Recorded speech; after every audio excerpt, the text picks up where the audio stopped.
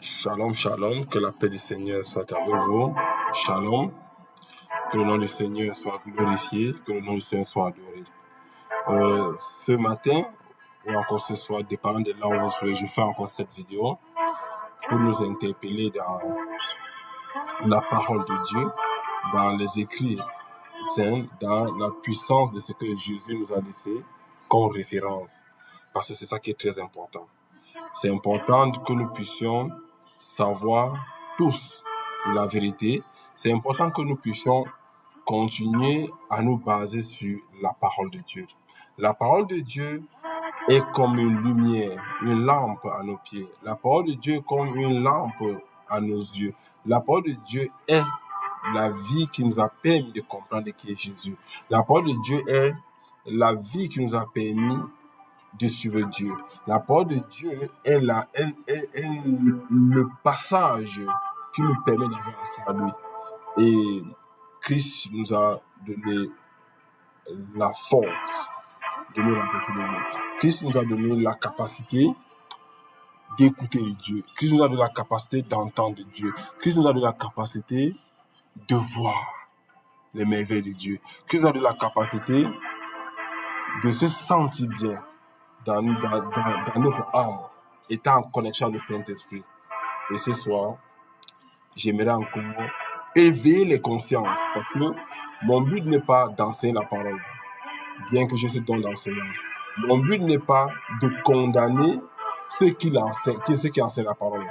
Mon but n'est pas de dénigrer les pasteurs, les prophètes, les apôtres, les évangiles, les docteurs de la loi, ou encore les membres du corps de Christ. Non. Mon but n'est pas de dénigrer des chrétiens qui font certaines pratiques. Non. Mais mon but, c'est d'éveiller les consciences. Parce que lorsqu'on éveille les consciences, ça permet à chacun d'entre nous de savoir si je suis chrétien, ou si je suis en route pour des chrétiens, ou si je ne suis même pas chrétien. Parce que il y a des personnes qui s'asseyent dans les églises églisettes, donc ça veut dire que les endroits que les hommes ont construits, et puis ils s'asseyent là devant le mercredi, le vendredi, le samedi ou le dimanche, whatever, comment le serviteur de cette maison a fait ses programmes. Il y a d'autres qui vont à l'église le lundi, le mercredi, le samedi, d'autres qui vont le mardi, le jeudi et le dimanche. Ça dépend. Ces jours-là ne sont pas bibliques. Il n'y a pas un jour spécial qu'il faut aller. Il n'y a pas un jour spécial où il faut aller particulièrement à l'église. Ce n'est pas que je vais aller à l'église samedi, je vais aller à l'église dimanche pour prier, je vais aller à l'église lundi. Non, ça n'a rien à voir. Et par la grâce de Dieu, cette faveur imméritée qui me permet d'entendre les choses spirituelles qui se passent dans le monde de Dieu, dans la vie du ciel, qui me permet d'entendre la parole du Saint-Esprit, la parole du Christ et même la parole du Père. Nous savons qu'il y a beaucoup, la parole de Dieu qui a d'une part été mal comprise à un moment donné, a créé beaucoup de divergences, Dieu a créé beaucoup de divergences, a créé beaucoup de mésententes, beaucoup de divisions, de subdivisions, des subdivisions si on peut le dire. Et ça a fait en sorte que il y a tellement de croyances, il y a tellement de croyances, il y a tellement de divergences, il y a tellement de doctrines, et ça a divisé même le corps de Christ. À tel point que il y a des soi-disant, je dis bien soi-disant chrétiens, qui ne peuvent plus communier avec d'autres. Parce que soi-disant, vous dire qu'eux, ils ne payent pas la dîme. D'autres qui disent que non, eux, ils ne vont pas dans les hôpitaux. D'autres qui disent qu'ils ne donnent pas des offrandes. D'autres qui disent que le mariage pour les gamins est normal. D'autres qui disent que non, le baptême n'est pas normal. D'autres qui disent que le baptême du Saint-Esprit n'existe pas. D'autres qui disent que le Saint-Esprit n'existe pas. Il y a autant de divergences dans le corps de Christ. Mais je nous interpelle. Je suis quelqu'un qui éveille les consciences. Moi, encore une fois, depuis je me présente, je suis le frère Ali Lamé, issu d'une famille et des générations musulmanes.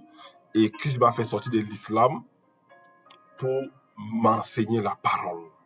Et aujourd'hui, je rencontre beaucoup de défis et de challenges parce que lorsque je relis la parole et aide des frères et sœurs à comprendre ce que j'ai lu par la grâce du Saint-Esprit, je me heurte contre des doctrines, je me heurte contre des personnes qui ont déjà une idée arrêtée de la parole.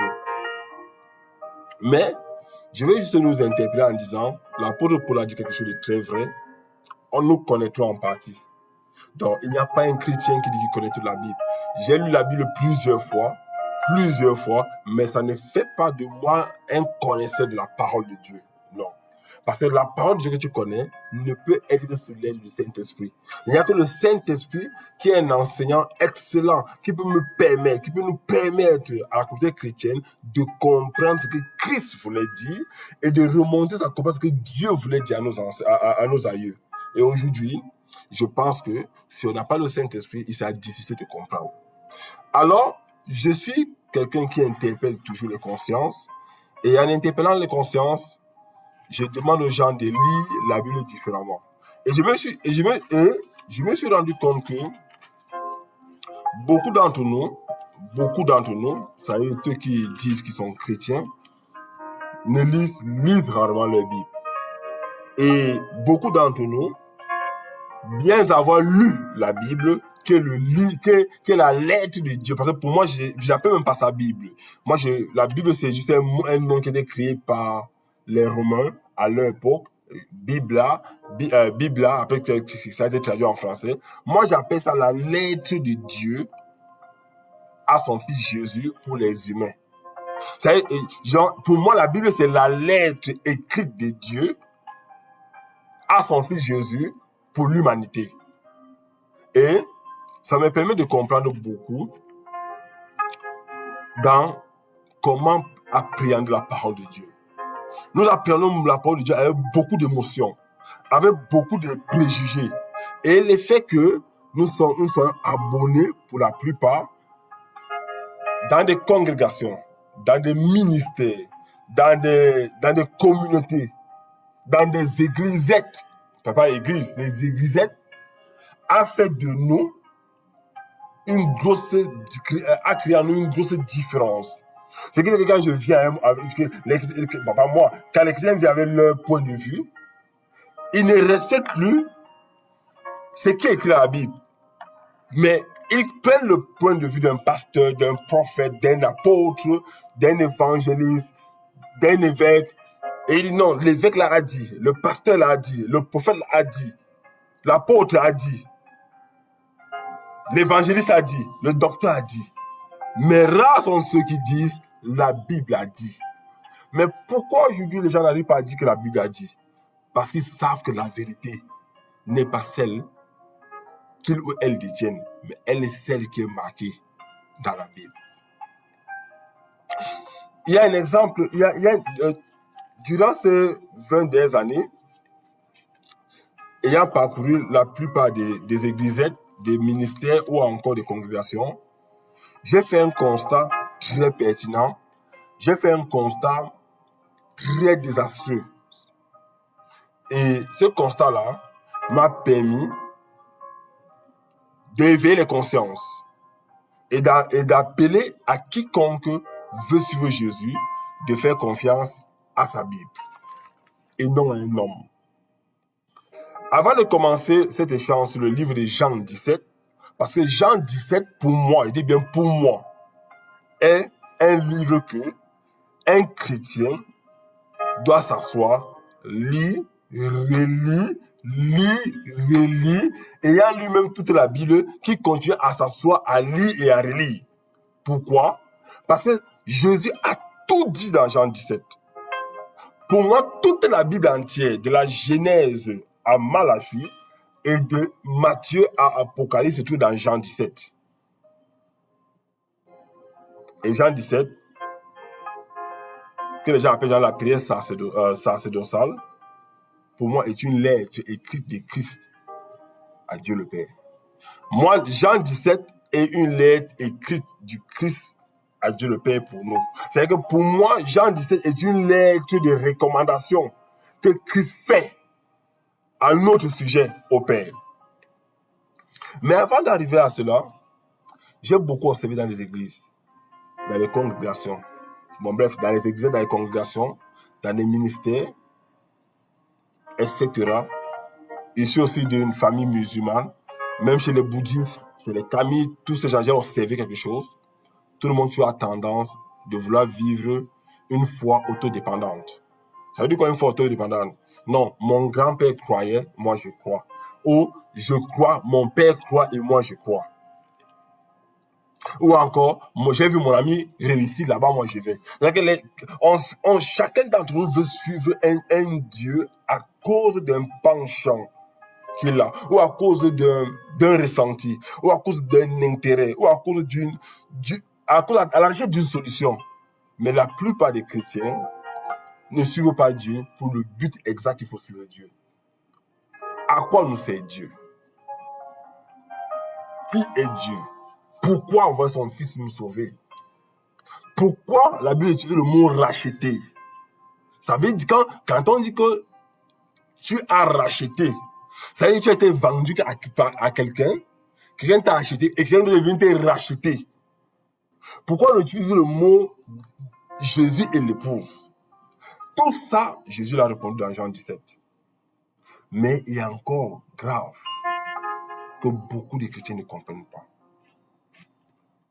La foi, je le dis toujours, et ça peut souvent choquer certains nombres de chrétiens qui m'écoutent, la foi n'est pas le parler en langue. La foi n'est pas la prière. La foi, ce n'est pas le jeûne. La foi, comme Hébreux 11, verset 1 lui dit, est différent de tout ça. Maintenant, les avantages d'avoir la foi en Dieu impliquent la prière, le jeûne, le parler en langue, les offrandes et tout ce qui comporte. Parce qu'il y a une différence entre la chose et les dérivés de la chose. Parce que je vais prendre un exemple pour que nous puissions comprendre. Si j'ai un passeport américain, je suis américain. Je suis libre, je suis citoyen américain. Maintenant, quels sont les dérivés de ce passeport? C'est que je peux entrer dans d'autres pays sans pourtant obtenir un visa. Je peux entrer dans d'autres pays sans pourtant m'aligner dans un devant les ambassades.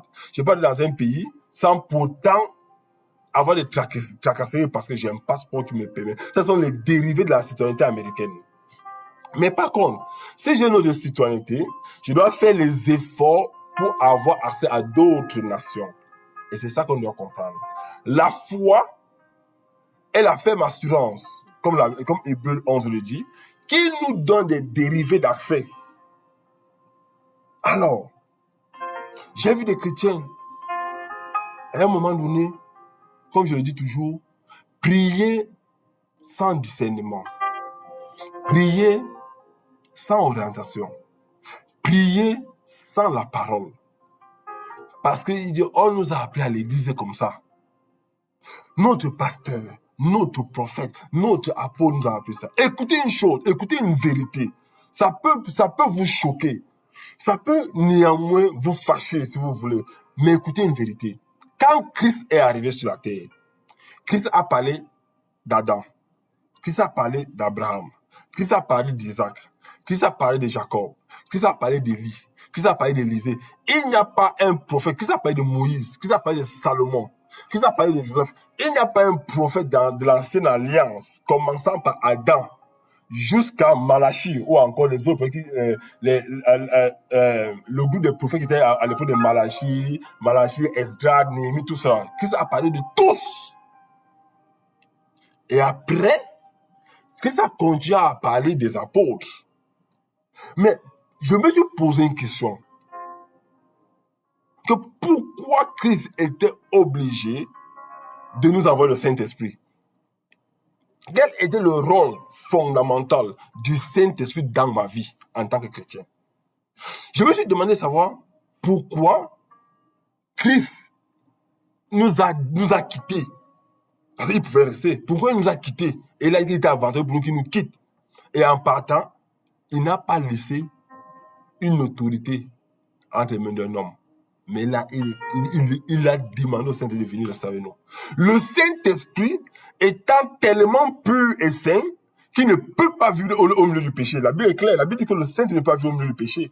Mais puisque le Saint-Esprit vit en nous, et que nous sommes dans le monde, et que le monde pêche, comment le Saint-Esprit fait pour vivre en nous? Alors que nos yeux, nos bouches, nos regards, nos oreilles entendent continuellement et journellement le péché. Mais Christ a pris le risque d'avoir le Saint-Esprit. Vous savez, Adam a échoué, Abraham a échoué, Jacob a échoué, Isaac, bien qu'il n'a pas fait beaucoup de courage, mais lui aussi il a échoué. Il n'y a pas un prophète ou un aïeux d'Adam à Malachie, ou à Zacharie, ou à Jean-Baptiste, qui n'a pas échoué. Tous sont tombés. Avec leur nature humaine, tous sont tombés, excepté Christ. Et quand Christ se retournait pour voir les apôtres, ils savaient que tous devaient tomber aussi. Jean, Jacques, Paul, Pierre, Thomas, Philippe, et ça, tous devaient tomber. Mais il a mandaté le Saint-Esprit pour venir nous enseigner, pour venir nous consoler, pour venir nous guider, pour venir nous prendre et nous montrer le chemin qui mène au royaume des cieux.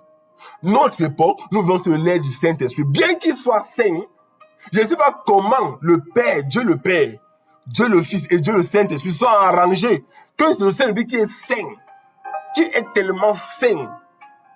La Bible dit que le Saint-Esprit est saint.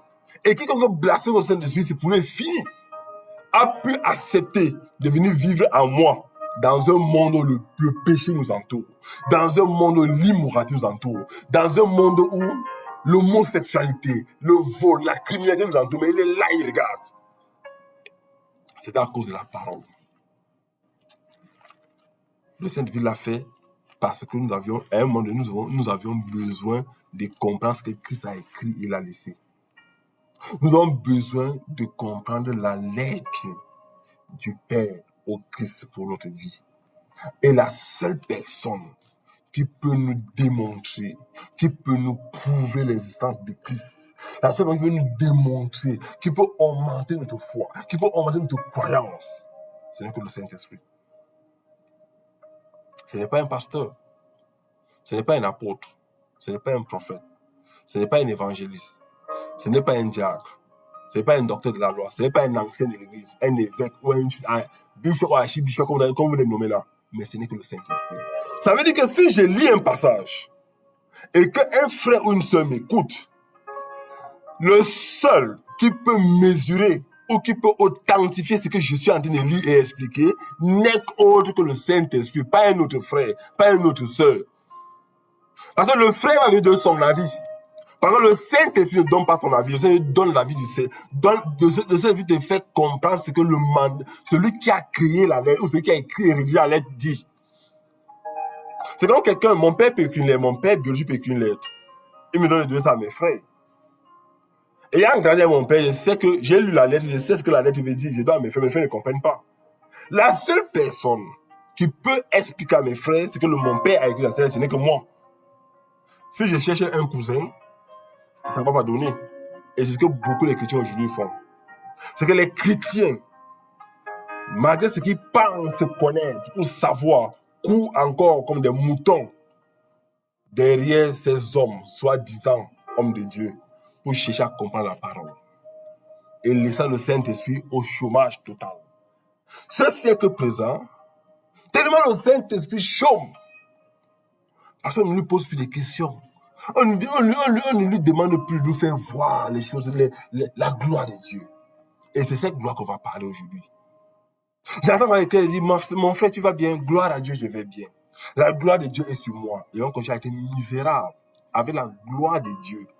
Comment avec la gloire de Dieu, nous continuons à être misérables? Comment avec la gloire du Christ, nous continuons à être misérables? Comment avec la gloire de l'Éternel, nous continuons à mourir? C'est que nous n'avons pas la gloire. c'est que cette gloire-là, nous ne l'avions pas. Ne nous mentons pas, nous ne nous vantons pas. Tu ne peux pas avoir la gloire et tu souffres. Souffrir n'est pas le fait de manquer de la nourriture, non. Souffrir n'est pas le fait de manquer de logement, non. Souffrir dans ton âme. Ton âme doute. Ton âme est prête à aller dans les ténèbres quand tu traverses une difficulté, alors que tu as la gloire de Dieu. Et c'est ce qui est très, très regrettable pour nous, les chrétiens. C'est ce qui continue à être regrettable pour nous, les chrétiens, d'avoir la gloire de Dieu, d'avoir la présence de Dieu et de continuer à souffrir, de continuer à commérer, de continuer à aller là où Dieu n'y est pas, de continuer à faire des choses parce qu'on a fait. Je vais vous prendre un exemple avant d'entrer dans le fil de mon sujet. Le mois passé, qui est dans le calendrier gréco-romain, est le mois de décembre. Ça, c'est un calendrier gréco-romain. J'ai vu des chrétiens, soi-disant, souhaiter bonne année. Et ils étaient confortables, faire des messages de vœux, faire des messages de nouvel an. J'ai vu des chrétiens à un moment donné, faire des longs discours dans les télévisions, dans les chaînes de radio pour la nouvelle année. Calendrier gréco-romain. Alors que la Bible nous parle de la nouvelle année. Ils ont oublié ce que la Bible a dit pour se conformer au siècle présent. Ils ont oublié ce que la Bible mentionne par rapport à la nouvelle année pour se conformer au siècle présent. Puis il y a encore ceux qui disent que Christ est né le 25 décembre. J'en passe. Il y a d'aucuns qui sont allés dormir dans les églises la nuit du 31 décembre pour le 1er janvier, voire jusqu'au 2 janvier. Sauf peut-être un nom de la traversée. La Bible est l'exemple parfait. J'ai vu des hommes, se disant hommes de Dieu, faire des promotions, des calendriers, des affiches. Venez la nuit de résurrection, la nuit d'abondance, la nuit de traversée, la nuit de... Vous avez fait tout ça. Chaque année, vous le faites. Ma question que je pose, Christ l'a-t-il fait? Ou encore vous pensez que la nuit où Christ a été arrêté est une traversée pour Christ? Peut-être du monde-ci pour entrer dans le royaume des cieux, je ne sais pas, parce que je ne comprends pas. Vous vous basez sur quel verset? Vous vous basez sur quel chapitre? Parce que si vous m'amenez à Exode 12, je rends grâce à Dieu. Exode 12 où Moïse a traversé, Exode 12, 13, 14 où Moïse allait traverser l'Égypte pour le désert, c'est ce que vous faites, c'est ce que vous célébrez, moi je ne sais pas. Parce que l'Égypte est l'image de l'immoralité, de l'impudicité, de l'idolâtrie. Donc Moïse est sorti pour aller dans le désert. Le désert est une image de la purification, de la sanctification. Parce qu'au désert, Dieu les a tous purifiés. Dieu les a tous sanctifiés. Et il n'y a que ceux qui ont été trouvés justes devant Dieu, qui sont sortis du désert. Même Moïse y est passé, Aaron y est passé, qui sont des sacrificateurs. Il n'y a que des personnes que Dieu a trouvées justes, qui sont même nées dans le désert, qui sont nées dans la transformation. Parce que Dieu les a tous tués. Et c'était Josué et Caleb qui sont sortis à la nouvelle génération, qui ont subi la transformation dans le désert pour traverser le Jourdain pour Canaan. Quelle traversée vous faites? Vous faites la traversée d'Élysée pour aller voir Élie. Autant de questions qu'il faut se poser. Et aujourd'hui, quand tu parles, on va dire, oh, tel pasteur a 15 000 membres. Tu connais quoi par rapport à lui? Tu en sais quoi? Tu as combien d'années dans la foi? Comme si la foi se mesurait en nombre d'années. Jésus-Christ, quand il est né de la Vierge Marie, avant que Marie ne commence à avoir d'autres enfants après Jésus, Jésus a combien d'années dans la foi? Quand Jésus commence le ministère à 29 ans, combien d'années il avait la foi? Quand Pierre est sélectionné par Jésus, quand les apôtres ont été appelés par Jésus, ils avaient combien d'années dans la foi? Quand Jésus les a proclamés apôtres avant de quitter la terre, ils avaient combien d'années dans la foi? Qui avait 2 ans dans la foi? Qui avait même 6 mois dans la foi? Ils ont marché, la Bible dit qu'ils ont marché avec Jésus pendant près de 2 ans, ou 2 ans et demi. Est-ce qu'ils avaient 15 ans dans la foi avant d'être apôtres? Jésus les a nommés le jour où il les a sélectionnés. Le jour où Jésus les a sélectionnés, Jésus les a nommés apôtres. Donc, il n'a même pas 5 jours dans la foi. Jésus les a sélectionnés. Quand tu vas interpeller les gens, ils vont dire non, frère, tu as combien d'années dans la foi? Mon pasteur a 20 ans. Mon pasteur a 40 ans de ministère. Et vous entrez chaque jour dans la Guyenne avec les yeux ouverts et vous y allez. Alors, je vais donc parler de Jean 17. Juste pour nous, tout ce que je disais avant, c'était juste pour nous interpeller de faire très attention. Pendant mes méditations, je suis tombé sur Jean 17 que j'avais déjà lu et relu. Donc, c'était une énième lecture. Et pendant que je lisais cela, je vous dirais naturellement que les yeux sont ouverts. Et j'ai commencé à voir quelque chose que je ne voyais pas depuis fort longtemps. Et je vais lire la parole. Je vais arrêter la musique, je vais lire la parole.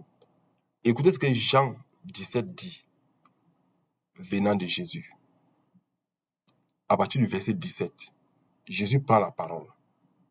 Et il dit, je vais commencer par le verset 14. Je leur ai donné ta parole. Écoutez ce que Jésus nous dit. Il n'a pas dit qu'il nous a donné la maison. Je leur ai donné ta parole. Et le monde les a haïs. Donc, dès lors où tu acceptes la parole de Jésus, tu deviens automatiquement un ennemi potentiel du monde. Parce qu'ils ne sont pas du monde. Comme moi, je ne suis pas du monde. Écoutons bien la parole. Je ne t'ai plus pas de les ôter du monde. Ôter veut dire enlever, retirer. Les mettre hors du monde. Mais de les préserver du mal. Jésus n'a pas dit de les préserver du mal, il les préserver du mal. Parce que Jésus savait que le monde devait engendrer le mal. Le monde s'est opposé à Dieu. Et le monde s'arrange à détruire nos vies pour qu'on ne plaise pas à Dieu. Et il dit, ils ne sont pas du monde. Il précise encore, ils ne sont pas du monde. Chrétiens, quand on dit ils ne sont pas du monde, je vais surtout parler aux femmes. Vous savez, aujourd'hui, les femmes, les tendances des faux ongles, faux cheveux, faux cils, faux rouge à lèvres, les brillants, les décorants, les tels. Toutes ces choses-là, personne ne va entrer ça dans les rangs de cieux. Quelqu'un dit, mes frères, est-ce que tu vas aller les habits dans le rang de cieux? Ça, tu vas aussi aller nuit là-bas. Mais oui. Ça veut dire que tout ce qui est comme ajout, tout ce que tu fais comme ajout dans ton corps. Et voilà même les gens qui ont les problèmes de chevelure, ils vont aller faire des opérations.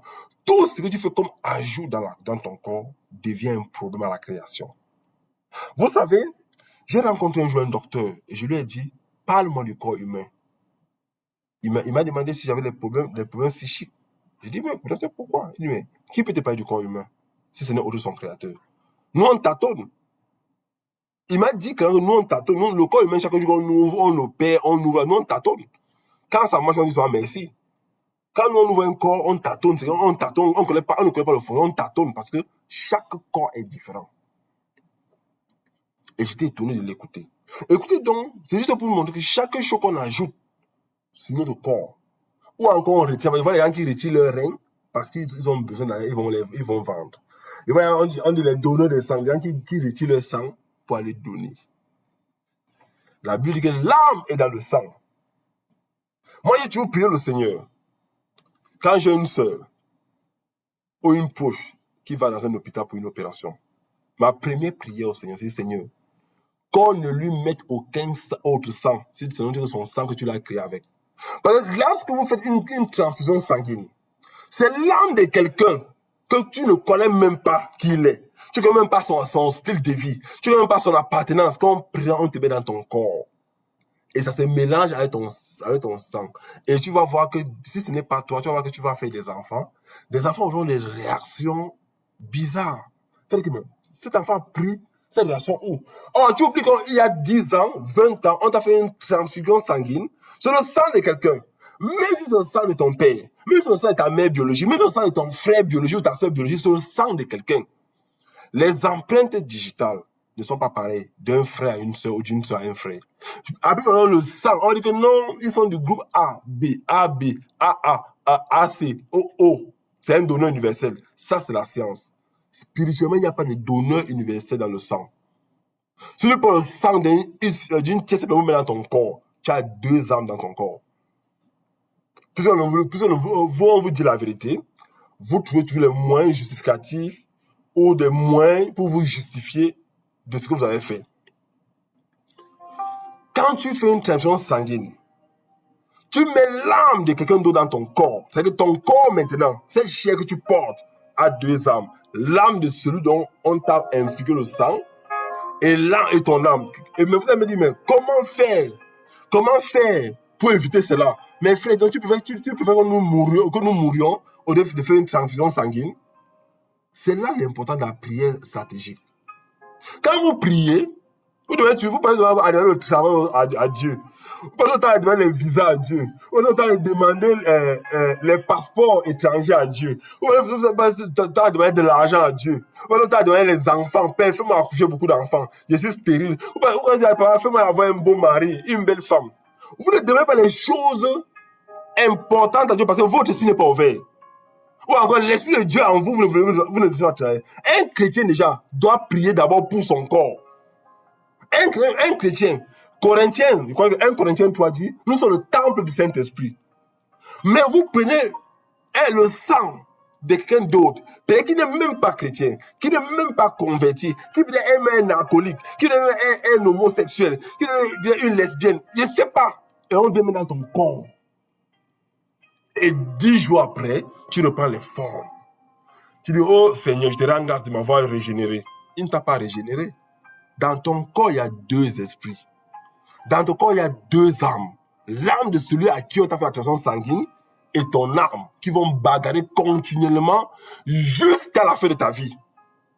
Et tu as peut-être les tendances homosexuelles, les tendances de voler, les tendances de masturbation, les tendances de position. Tu as dit, mais ça vient de la transfusion sanguine qu'on t'a fait, tout simplement. Et il faut encore reconvertir ce sang-là. J'en passe. Donc ça veut dire que les enjeux qu'on fait dans vos corps, que ce soit les femmes ou les hommes, je vois des hommes, je ne sais pas. Et puis je suis chrétien. Si tout ce que tu entends, tout ce que tu vois, tout ce que tu parles peut sanctifier ou peut polluer ton corps, à plus ce qui entre dans tes veines. J'en passe. Ce n'est pas le thème de ce soir. Et il dit, ils ne sont pas du monde, comme moi, je ne suis pas du monde. Donc Jésus lui-même ne se reconnaît pas. Jésus ne reconnaît pas qu'il est de ce monde-ci. Et il dit, sanctifie-les par ta vérité. Jésus n'a pas donné de sanctifier par la prière. Il dit par ta vérité. La vérité, il dit, ta parole est la vérité. Comme tu m'as envoyé dans le monde, écoutez bien ce que Dieu dit. Jésus dit à Dieu. Parce qu'il faut lire la parole de Dieu avec beaucoup de tempo. Respectez les ponctuations autant pour moi. Respectez la conjugaison. Respectez le timing. Respectez la tonation. Il dit, comme tu m'as envoyé, signe de soumission. Jésus, c'est sous mon Père qui l'a envoyé. Il dit, moi aussi, je les envoie, signe de domination. Donc, il nous envoie avec une autorité. Il dit, je les ai aussi envoyés dans le monde. Écoutez bien, je vais m'arrêter là pour que nous comprenions. Comme tu m'as envoyé dans le monde. C'est-à-dire que quand on envoie quelqu'un ou un enfant, généralement, on lui donne des consignes. Si on envoie notre fils d'aller nous faire du shopping, on lui dit ce qu'il va acheter là-bas, on lui donne les conseils avec les modalités, comment il va manger, comment il va foncer, comment il va marcher, comment il va s'y rendre.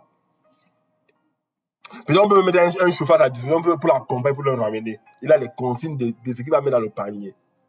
Jésus, quand Jésus vient sur la terre, il a eu des consignes du Père. Et écoutez, il dit que je les ai aussi envoyés dans le monde. Ça veut dire quoi automatiquement? Les consignes que Dieu avait données au Christ quand il venait sur la terre, Christ nous a aussi remis la même lettre de consignes pour que nous puissions continuer. C'est vrai que c'est lourd, c'est du lourd. On a besoin de Dieu pour le faire. C'est vrai que Christ n'a rien modifié. Il dit que donc, comme tu m'as envoyé dans le monde, Donc, ce que je veux faire le monde là, moi aussi, les ayant bâtis, les ayant formés, les ayant forgés les caractères, je leur remets aussi la lettre de continuer la course pour les générations à venir. Est-ce que vous comprenez quelle responsabilité nous avions en tant que chrétiens? On a une lettre à main qui vient du ciel, passant par Christ, et nous sommes incapables de l'acheminer.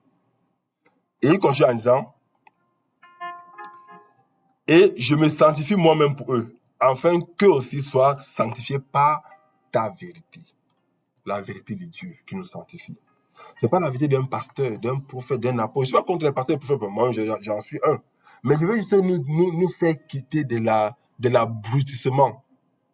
On vous abrutit. Venez faire la traversée. Venez, on célèbre la Noël. Venez, on célèbre la Pâque. Venez, on célèbre tel. Venez, on célèbre tel. Venez, on célèbre tel. Venez, on célèbre la fête de récolte. Venez, on donne la dîme. Venez, on donne les offrandes. Venez faire les dons à l'église. Venez faire les dons au pasteur. Venez. Celui qui nourrit le prophète a la besoin de prophète. Donc, il y a tellement de langage et tellement de messages que tu ne saurais où mettre la tête. Et pourquoi tout cela? Parce que nous n'avions jamais voulu à un seul instant nous mettre au même diapason que Christ. Les chrétiens se trouvent toujours inférieurs à Christ. Jésus, je parle bien du Seigneur Jésus-Christ. Vous allez voir parce que beaucoup de chrétiens, jusqu'à présent, par leurs pasteurs, leurs prophètes, leurs apôtres, les docteurs ou encore leur quoi que ce soit là, se trouvent automatiquement dans leur tête inférieure à Christ. Vous avez dit, mes frères, est-ce que nous sommes égaux? Est-ce que nous sommes égaux à Christ? Oui, nous sommes égaux à Christ. Ce n'est pas moi qui le dis, c'est Christ qui l'a dit. C'est Christ qui nous a donné ces privilèges-là. Donc je ne suis inférieur à rien en Christ. À Christ, pas en Christ, à Christ. Je parle bien le français. Je ne suis inférieur à rien à Christ. C'est Christ qui m'a donné ces privilèges, ce n'est pas moi.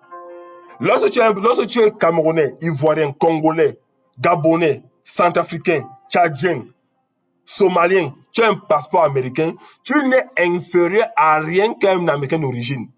C'est la même chose. Faisons attention. Lorsque j'ai un passeport français, je ne suis inférieur à rien juridiquement, socialement à un Français d'origine. Lorsque j'ai un passeport canadien, je ne suis inférieur à rien, quelle que soit ma race, à un Canadien de pure souche. Je suis inférieur à rien. Le passeport et la nationalité canadienne ou américaine ou australienne ou néo-zélandaise me donnent le même privilège que celui qui est originaire du pays. Au niveau de la juridiction, au niveau des élections, au niveau des votes, au niveau des hôpitaux, au niveau du travail, au niveau de l'emploi, au niveau de tous les niveaux, nous sommes tous pareils. Nous sommes au même point d'égalité. Personne n'est inférieur de par sa race, de par son origine précédente. Non. C'est que Christ, en moi, je ne suis inférieur à rien à Christ. Et même plus. Quand on va lire, on va comprendre où Christ nous a mis avant de partir. Et c'est là où j'interpelle les chrétiens aujourd'hui. Parce que les chrétiens ne connaissent même pas leur position en Christ. Ils ne connaissent pas leur position en Christ et ils ne connaissent pas leur position à Christ. Parce qu'il faut bien, il y a en Christ et à Christ. Je précise bien pas la langue française. C'est que le passeport d'un pays qui n'est pas mon pays d'hôte ou mon pays d'origine ne me rend en rien inférieur aux ressortissants du pays originel, autant pour moi. Alors, il dit, je me sanctifie moi-même pour eux, afin qu'eux aussi soient sanctifiés par ta vérité. Ce n'est pas pour eux seulement que je prie. Jésus il parle aux apôtres, il parle aux personnes précises, il parle aux apôtres, etc. Il dit, mais encore pour ceux qui croient en moi par leur parole. Donc, Jésus parle à nous, qu'il parle aussi aux apôtres, mais aussi à ceux qui vont croire aux apôtres par leur parole. Il dit quoi? Il ne dit pas par ma parole, il dit par leur parole. C'est que le mandat que Christ a reçu du Père, et qu'il est en train de donner ce même mandat aux apôtres en les envoyant, dit ceci. Mais il dit, ce n'est pas pour eux seulement que je prie, mais encore pour ceux qui croiront en moi par leur parole. Leur parole. Donc, ce qu'ils vont dire.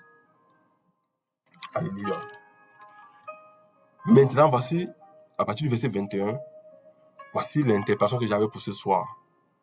pour nous les chrétiens, pour éveiller les consciences, pour vous montrer que vous mangez dans les plats des cochons et des chiens alors que vous êtes des dieux. Vous êtes des fils du Très-Haut. Somme 82. Ça veut dire que quand Dieu regarde la race humaine, comment elle vit, ayant l'image, ayant été faite à l'image, à la ressemblance, et étant égal à Dieu par Jésus-Christ de Nazareth, je m'exprime bien, étant égal à Dieu par Jésus-Christ de Nazareth, Dieu pleure, je peux dire ainsi. Dieu est chagriné, si je peux dire ainsi. Ça, c'est mon langage. Dieu est même attristé, si je peux dire. Ça, c'est mon langage. Parce que Dieu ne s'attriste pas. Dieu peut être chagriné. Dieu ne peut pas pleurer. Mais ça, c'est mon langage. Pour montrer à quel niveau c'est douloureux de voir un chrétien qui a confessé Christ, qui vit en Christ, se lamenter, pleurer, pleurnicher, être réduit aux choses qui n'ont même pas de valeur. Écoutez ce que Christ nous dit, frères et sœurs, et que cette vidéo un jour te galvanise à quitter de la pauvreté mentale à la richesse spirituelle, de l'habitat sale, délabré que tu es, à l'habitat céleste. Maintenant, il dit, afin que tous, ça c'est une conclusion, afin, pas enfin, afin, A-F-I-N, afin que tous soient un. Première chose, nous devons tous être un. Comme toi, Père, tu es en moi, et comme je suis en toi. Afin que aussi soit un en nous. Ça veut dire que Jésus a écrit lettre. Jean 17 est la lettre de Jésus de la fin de sa mission sur la terre. Il dit à Dieu, il fait comprendre au Père, il fait comprendre à Yahvé, il fait comprendre à El Shaddai, il fait comprendre à Jéhovah Tchikenu, Jéhovah Sabaoth, Jéhovah Eli, Jéhovah Elion, il fait comprendre au souverain sacrificateur par excellence, il fait comprendre au Père, le créateur de l'humanité, qu'il veut que moi, mortel, toi, mortel, ma soeur, mon frère, mortel, devienne un avec lui. Donc, imaginez, vous voulez pas un exemple pour que vous pouvez comprendre ce que je dis. Je m'exprime un peu mal. Imaginez-vous que la reine qui est décédée a nommé une nouvelle reine. La nouvelle reine d'Angleterre, c'est le roi, c'est la reine d'Angleterre. Et qu'un éditorial sort et fait savoir que aujourd'hui même, à l'effet immédiat, toi et toute ta famille et tes enfants, vous êtes déclarés princesse du royaume d'Angleterre. Là où vous êtes, dès que le message sort, automatiquement, n'ayant rien dans ton compte bancaire, n'ayant rien dans ton parking, n'ayant même rien à manger, quand tu te présentes devant l'ambassade de l'Angleterre, ce n'est même pas un papier qu'on va te donner, un passeport ou un nom. On déplace un vol gouvernemental pour venir te chercher pour t'amener. Mais écoutez donc ce que Jésus dit. Il nous donne plus grand que le royaume de l'Angleterre. Il nous donne plus grand que les États-Unis. Il nous donne plus grand que le Canada, l'Australie, la Nouvelle-Zélande. Il nous donne plus grand que tous ces pays dont on rêve y aller pour avoir un statut social bien. Il dit aussi afin que aussi soit un en nous. Donc Jésus a dit le mandat que moi je sois un en lui, Jésus, et en Dieu le Père. Et le Père n'a pas refusé. Ça, c'est extraordinaire. Donc, j'ai la capacité. Et voilà l'importance de la grâce.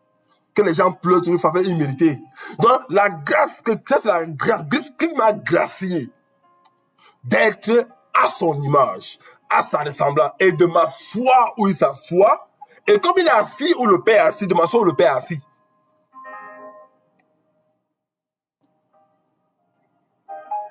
Pour que le monde croit que tu m'as envoyé. Donc, pour que le monde, vos amis païens, ou encore quoi, ça qui sont, je ne vais pas trop citer les noms, je ne fais pas une polémique, tous vos proches qui ne croient pas en Christ ou au Christ, qui ne sont pas en Christ et qui ne croient pas à Christ, il faut que je parle bien le français, qui ne sont pas en Christ et qui ne croient pas à Christ, sache que Dieu a envoyé Christ, il faudrait que vous Qu'il voit chaque jour que vous soyez assis là où il est assis et que vous soyez en Dieu et en Christ. Sinon ça ne sert à rien de courir que viens de ta vie à Jésus, alléluia, récite ces prières, donne ta vie à Jésus. Quel passage biblique vous a montré ça? Quel passage biblique vous a montré où les apôtres sont allés évangéliser en disant donne ta vie à Jésus? Quel passage biblique vous montre où l'apôtre allait forcer les gens à suivre Jésus? Quel passage biblique vous montre où les apôtres sont allés imposer aux gens de suivre Jésus? Quel passage biblique vous avez vu ça où? Quel passage biblique vous montre où les apôtres sont allés obliger les gens à suivre Jésus? Non. Même la technique d'évangélisation, le corps de Christ doit encore revoir la technique d'évangélisation. Parce qu'il dit cela que afin que aussi soit un en nous, pour que le monde, pour que les mécréants, pour que les païens croient que tu m'as envoyé, pour que les gens croient que Dieu a envoyé Jésus, il faudrait que notre vie soit un exemple. Notre vie soit reliée, collée à celle du Christ et du Père. Et le Père et le Christ et le Saint-Esprit vont parler en nous. Et le monde nous regardant vont confirmer, vont attester que Christ vient du Père. C'est le grand challenge. C'est là où tu es, mon frère, ma soeur. C'est là où Christ t'a mis. C'est la position que Christ t'a donnée. Tu es au-dessus d'un ambassadeur. Tu es au-dessus d'un président de la République. Tu es au-dessus d'un ministre. Tu es au-dessus d'un député. Tu es au-dessus de toutes les autorités de la terre. Mais malheureusement, nous nous trouvons en dessous d'eux, en train de mendier, de les supplier. Je continue. Je leur ai donné. Ça c'est le haut niveau. Il dit, je leur ai donné la gloire. Écoutez bien. Il dit, je leur ai donné la gloire que tu m'as donnée. Donc, la gloire que le Père avait, le Père Tchekenun, le Père Sabaoté, le Père Élie a donné à Jésus, Jésus me l'a donné. Donc où je suis assis là, j'ai cette gloire en moi. Et je mendie. Et je pleure. Et je me lamente puisque me les mondains. Et je souffre. Et je ne vois pas le royaume de Dieu s'approcher. Et je suis distrait.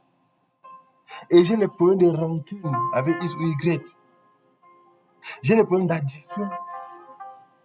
Et j'ai le problème des longs cheveux, des mèches, des make-up. J'ai le problème de faux ongles. J'ai le problème des chirurgies esthétiques. J'ai le problème qu'il faut que on opère ici, on nettoie. Je vais avoir la face d'eux. J'ai un problème d'imitation. Au lieu que les gens m'imitent, parce que j'ai la gloire de Christ, je me réduis à imiter les gens. Je veux ressembler à tel. Au lieu que c'est le tel qui me touche à me ressembler, parce que je suis à l'image de Dieu et j'ai la gloire de Christ en moi, c'est moi qui suis à ressembler les gens. C'est moi qui rêve aller là où les gens sont en train de partir. C'est moi qui rêve travailler là où les gens sont en train de travailler. Vous voyez quand le monde dont Christ a commencé à parler au départ nous a abouti à un tel niveau que nous voulons maintenant, en tant que chrétiens, ressembler au monde. Alors que c'est le monde qui doit chercher à nous ressembler. On fait le contraire. Je vais travailler dans une grosse boîte pour être vu des hommes. Je vais avoir une grosse voiture, je tais le nom pour être vu des hommes. Je vais avoir un compte plein de je ne sais pas trop de quelle devise dans le monde pour être vu des hommes. Écoutez ce qu'il dit. Frère, même le pasteur ne peut pas vous révéler cela. Même l'apôtre, le prophète, les évangélistes ne peuvent pas vous révéler cela. C'est ça que tu es, mon frère, ma soeur. Ça n'a rien à voir avec la dîme, les offrandes. Ça n'a rien à voir avec le parler en langue. Ça n'a rien à voir avec je suis allé à l'église lundi, mercredi, jeudi, vendredi. Ça n'a rien à voir avec je suis allé à l'église mardi, vendredi, samedi, dimanche. Ça n'a rien à voir. Ça n'a rien à voir que j'ai jeûné 40 jours. Ça n'a rien à voir que j'ai jeûné 7 jours. Non. Ça a à voir avec des choses célestes. Je ne dis pas que prier, jeûner est une mauvaise chose. Ne me comprenez pas mal. Mais écoutez, il dit, Père, je leur ai donné. Écoutez, Christ ne ment pas. Christ n'a jamais menti. Christ n'a jamais menti. Christ n'a jamais menti. Il dit, Christ n'a jamais menti. Christ n'a jamais haï. Il dit, Père, je leur ai donné. Donc, c'est confirmé que nous avons cela. Maintenant, c'est où? Vous avez posé la question. C'est dans la parole. Il dit, je leur ai donné la gloire que tu m'as donnée. Afin qu'il soit, cette gloire le permet à être un. Comme nous sommes un, Christ parlant. C'est que la gloire que Christ nous a donnée, non, nous permet, frères et sœurs, d'être un avec Christ et d'être un avec Dieu. Si un est égal à un, c'est que autrement, un sera égal à un. C'est si je suis un avec Christ, automatiquement, sans forcer, sans prier, sans jeûner, sans parler en langue, je suis un avec Dieu Yahvé. À cause de quoi? De la gloire que Christ m'a donnée. Il a donné cette gloire avant que je ne naisse. Je suis venu la trouver pour que je puisse être un avec lui et être un avec le Père. Mais combien d'entre nous vivent cela? Frère, se repentir tous les jours, c'est bien. Demander le pardon de ce péché tous les jours, c'est bien. Mais il y a un degré plus supérieur que cela. Être un avec Christ, c'est meilleur. Jeûner tous les jours, c'est bien. Parler en langue, prier, prophétiser, c'est bien. Mais être un avec le Christ est meilleur que toute chose. Se marier, c'est bien. Avoir des enfants, c'est bien. Marcher en route avec son époux ou sa femme, c'est bien. Aller aux États-Unis, Canada, Washington, Vancouver, Australie, Sydney, Nouvelle-Zélande, Japon, Corée, aller en France, Paris, Allemagne, Vietnam, c'est bien. Mais être un avec lui, c'est meilleur et excellent. Et c'est à quoi nous aspirons. Parce que la gloire nous a été donnée pour cela. Cette gloire qu'il nous a donnée, Christ ne peut pas mentir le Père. Ça, il y a une alliance entre les deux qu'ils ne peuvent pas se mentir. Il dit que j'ai donné. Il confirme sur la lettre son rapport. Parce que Jean 17, c'est le rapport de Christ à Dieu par rapport à ce qu'il a fait sur la terre. Il dit, je leur ai donné la gloire que tu m'as donnée. Il continue en disant, moi en eux, toi en moi. Donc Jésus en nous, cette gloire permet que Jésus soit en nous et Jésus au Père, afin, écoutez bien, qu'il soit parfaitement un et que le monde connaisse. Donc afin que nous soyons parfaitement exacts, afin que nous soyons Dieu. Afin que nous soyons la représentation divine de Dieu sur la terre, marchant pour éclairer le monde. Lorsqu'un ambassadeur va dans une ambassade d'un pays, il est le représentant diplomatique, dirais-je, du pays dont il représente. C'est que s'il y a l'ambassade à Côte d'Ivoire, au Bénin, c'est que malgré si le Bénin a un problème avec les Ivoiriens, ils vont s'adresser à l'ambassadeur qui est comme un représentant du pays dans ce pays hôte. Là, si le problème est au-dessus de l'ambassadeur, il amène ça sur le président de la République. Et le président de la République, contacte l'autre président, ils s'entendent. Donc il dit, moi en eux et toi en moi, afin qu'ils soient parfaitement un, frère, un avec Dieu, un avec le Christ. Et vous me parlez des pasteurs, que ton pasteur a dit quoi? Ton prophète a dit quoi? Ton apôtre a dit quoi? Ton docteur de la loi a dit quoi? Ton évangéliste a dit quoi? Frère, il ne peut pas vous enseigner cela. Christ veut. Christ n'a pas demandé qu'on aille derrière un pasteur pour avoir cela. Il nous les a donnés. Christ n'a pas demandé de persévérer dans un ministère pour avoir cela. Christ n'a pas demandé de jeûner, de prier pour avoir cela. Non, il nous l'a donné. C'est dès lors où tu confesses que tu vas suivre Jésus et que ton âme commence à accepter Jésus, autrement tu as cette gloire-là.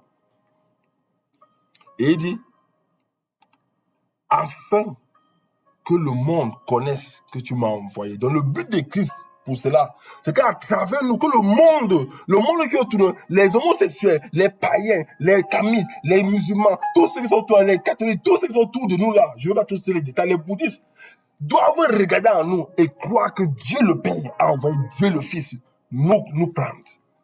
Mais combien d'entre vous, il y a des chrétiens qu'une année passe, ils n'ont jamais parlé du Seigneur à quelqu'un. Mais ils font des vidéos dans les réseaux sociaux pour montrer qu'ils mangent bien, pour montrer qu'ils sont bien habillés, pour montrer quel type de parfum ils ont mis. Mais ils n'ont jamais fait une vidéo pour parler du Christ. Il y a des chrétiens, quand je vois, je pleure.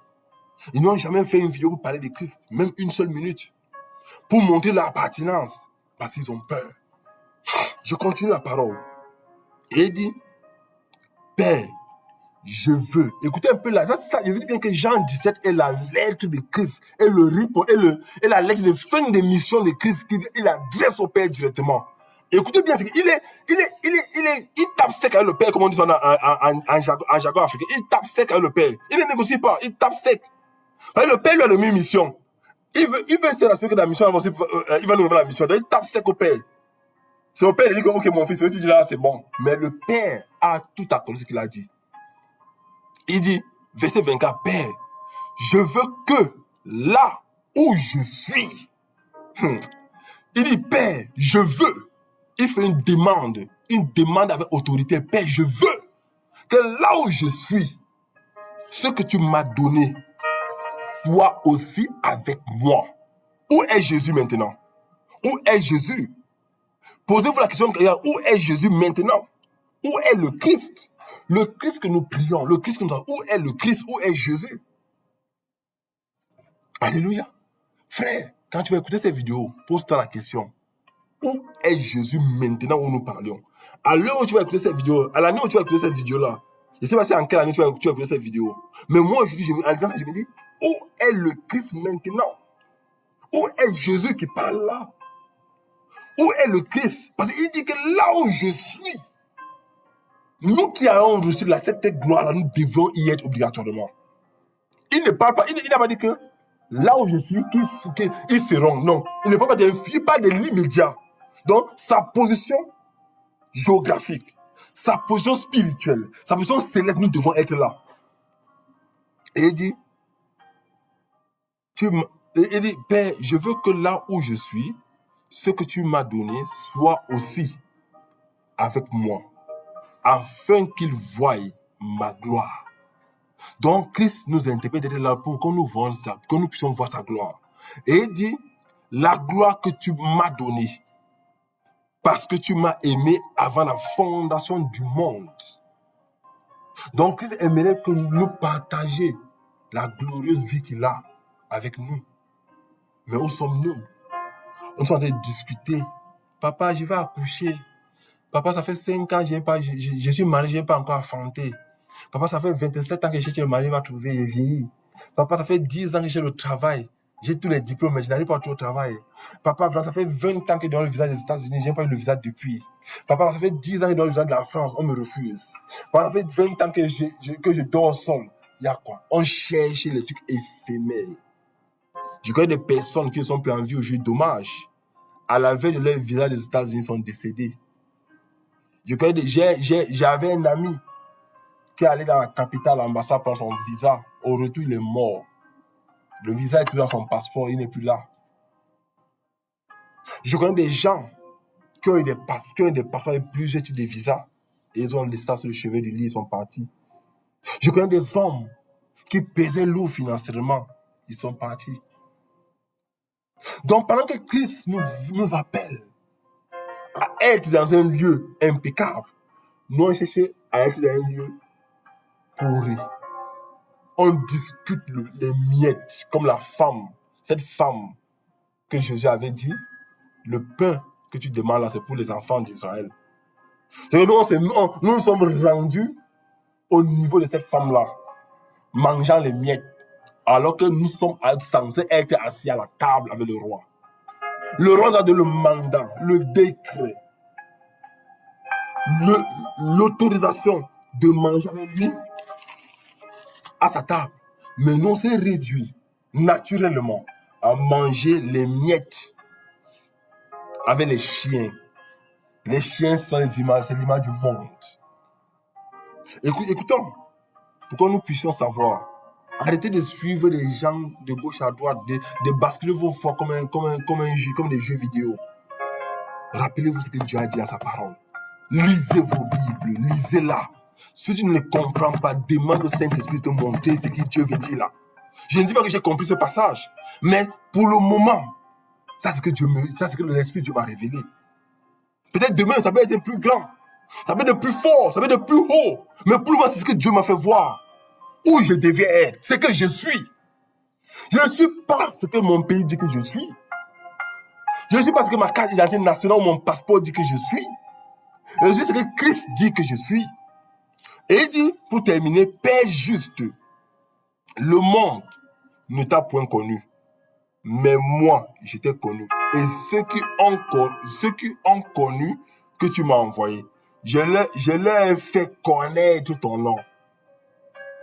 Et je leur ferai connaître, afin que l'amour dont tu m'as aimé soit en eux et que je sois en eux. Donc le but de Christ, c'est d'être avec nous. Le but de Christ, Emmanuel, Dieu avec vous. Mais si Christ est en nous, Colossiens dit l'espérance de la gloire. Pourquoi cette gloire? Parce que c'est la gloire que Christ nous a donnée. Colossiens dit Christ en nous, l'espérance de la gloire. Pourquoi Colossiens, Paul aux Colossiens, il a vu ça où? C'est ce que Christ a dit. Parce que Christ en nous, automatiquement la gloire doit s'éclater. Mais aujourd'hui, frères, mes sœurs, est-ce que vous avez cette gloire?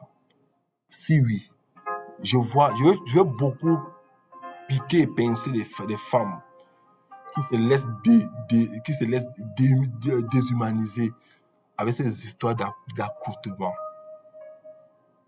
Je veux aussi piquer des hommes qui n'arrivent pas à s'asseoir et méditer la parole. Nous devons nous asseoir. Ce n'est pas 7 heures. Je connais des ministres des églises, des églisettes, je peux dire en bon français, des dénominations de congrégations, où ils vont à l'église à 8 heures, reviennent à 17 heures, disant qu'ils ont chanté pour la gloire de l'Éternel. Ils ont prophétisé. Ils ont parlé en langue. Élie qui prophétisait était dans un ministère. Élisée qui était dans un ministère. Nathan qui était dans un ministère. Je ne dis pas qu'il faut parler prier. Oui, il fallait prier entre les frères. Mais arrêtez de perdre le temps. Et vous lisez moins vos Bibles. Que qui va lire pour vous? La gloire que Christ vous a impacté, vous ne l'utilisez pas. Non, tel pasteur va prier pour moi. Un jour, un frère m'a appelé, très tard dans la nuit. Frère, prie pour moi. Je lui ai dit, frère, non. Je ne peux pas prier pour toi. Je ne suis pas ton Dieu. Je suis qu'un frère que Dieu a éclairé. Tu vas apprendre à prier pour toi. Si tu ne sais pas quoi dire, dis, Père, j'ai telle chose que je veux faire. Tu en penses quoi? Et le Père va te répondre. Prenez l'exemple de Samuel avec Élie dans l'ancienne alliance. Dieu l'a appelé, il connaissait Élie. Une fois, 2 fois, 3 fois. Élie, quand il t'a fait dire que Père, je suis là, qu'est-ce que Dieu a dit? Dieu a parlé, et Samuel a répondu. Samuel a dit que Père, je suis là. Dieu a déversé ce qu'il devait sur lui. Dieu se retournait et est parti. Apprenez à parler au Père. Pourquoi vous utilisez un frère ou une soeur pour parler à votre Père? Mais votre Père biologique là, est-ce que vous pouvez appeler un étranger, un cousin, une cousine de venir parler à votre propre Père qui est à la maison? Moi, quand je vais vers mon Père, je lui dis ce que j'ai à lui dire. S'il veut, il pense à mal ou il pense à bien. Si c'est un homme qui est mon Père, comme Dieu l'a dit, il va m'appeler que mon fils, j'ai écouté ce que tu as dit, mais en tant que Père, c'est ce que je te demande de faire. Je ne peux pas avoir, il ne peut pas demander une audience pour parler à mon Père biologique. En plus, il n'est même pas mon aîné de 50 ans, ou même de 40 ans. Je vais vers lui, je dis, papa, je veux te parler.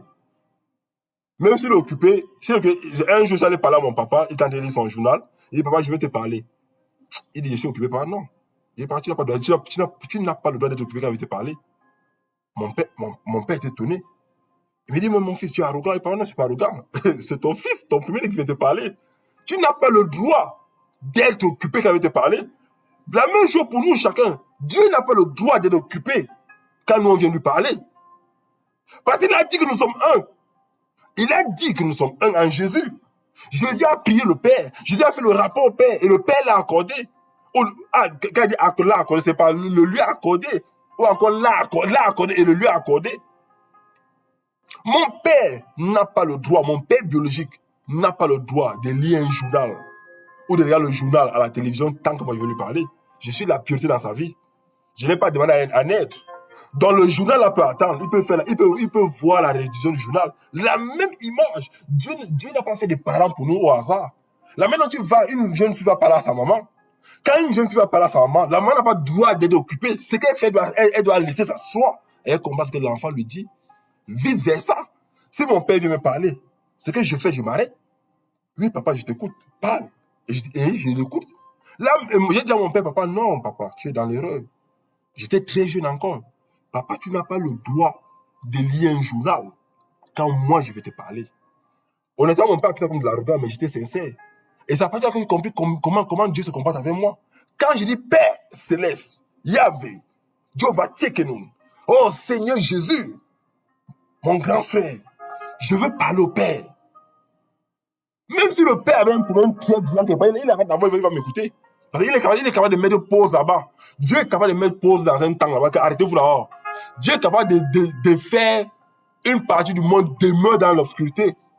Pendant que je suis de lui parler. Si les Élions ont arrêté le soleil, si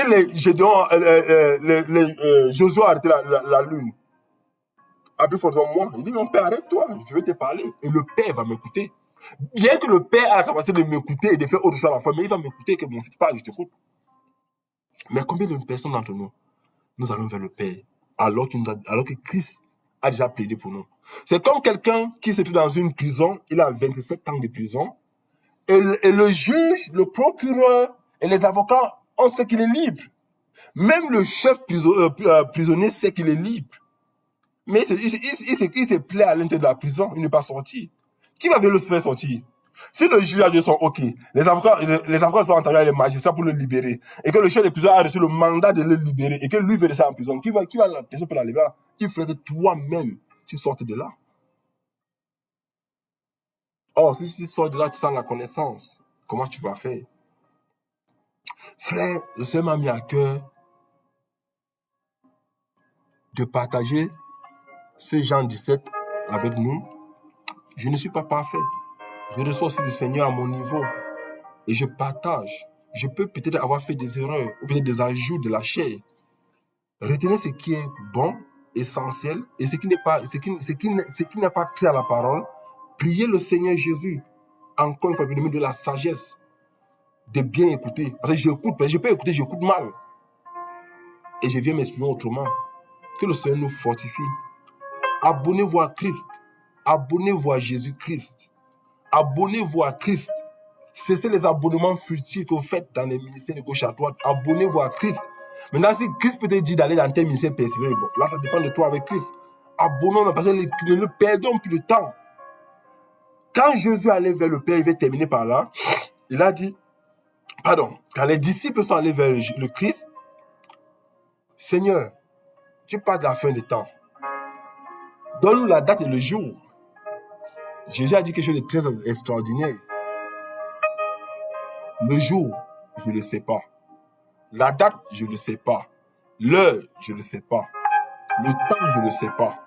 Mais ce que je sais, ce que le Père m'a dit, ce que j'ai entendu dans le cœur du Père.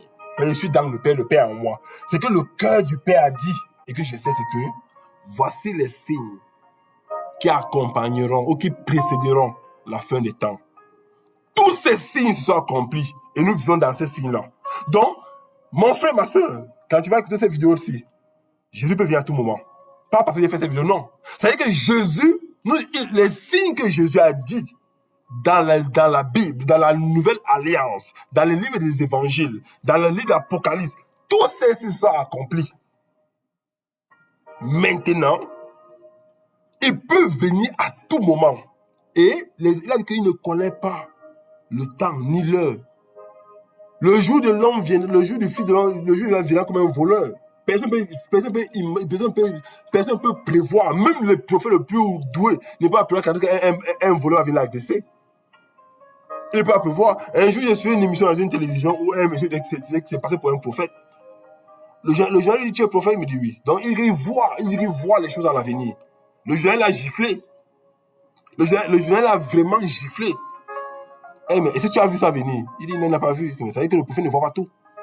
Le prophète ne voit pas tout. Il voit ce que Dieu a décidé de le faire voir. Qui veut dire que le prophète voit tout? Dans la Bible, il y a quel prophète qui a tout vu? Quand Anne, la femme de Elkanah, a prié au temple, est-ce que Élie a vu ce qu'elle voulait? Quand la femme samaritaine venait vers Élisée, l'enfant était mort. Non, la femme dont l'enfant était décédé.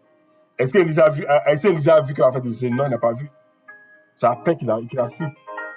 Donc c'est pour nous dire que, abonnons-nous. Au lieu de passer 7 heures de temps dans des congrégations, chanter et crier, passez 5 heures à lire la parole. Prenez le même verset, relisez. Allez vous coucher, revenez, réalisez encore que le Saint-Esprit vous parle de ce qu'il a dit là.